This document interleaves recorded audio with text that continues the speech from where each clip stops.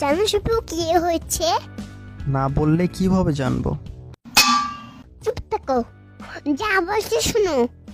হুম, বলো দেখি কি মহাভারত অশুদ্ধ করে ফেলছো? কালকে রাত 12টার সময় আমি রাস্তা দিয়ে হেঁটে যাচ্ছিলাম।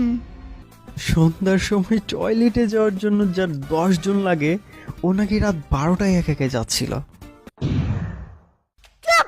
কোথার মধ্যে পা ঢুকে দাও কে? আচ্ছা বলো, তারপর কি হলো? তারপর আমি বিশাল একটা জঙ্গলের ভিতর চলে গেলাম। হাতে সময় বাঘ আসলো। আরে বাঘ কি কখনো হাতির সমান হয় নাকি? তুমি দেখছো, হাতির চেয়ে বড় বড় বাঘ থাকে। আচ্ছা তারপর? বাঘ আমাকে বললো, কেমন আছো মুনিয়া?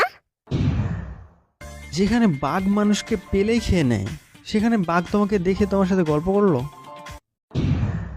শুনবা তো নাকি?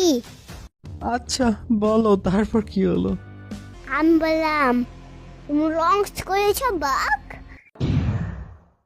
আরে ওইটা নন্স না, লাঞ্চ হবে। আর রাত 12টার সময় কি কেউ লাঞ্চ করে?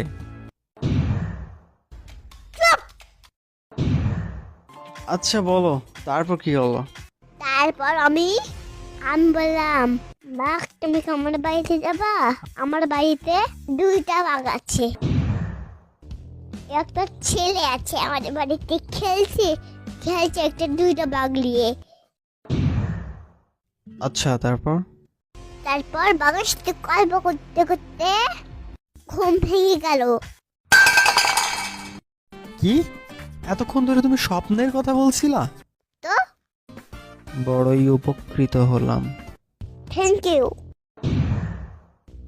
So much. আজাইরা গল্প শুনে শুধু সময়টাই নষ্ট করলাম।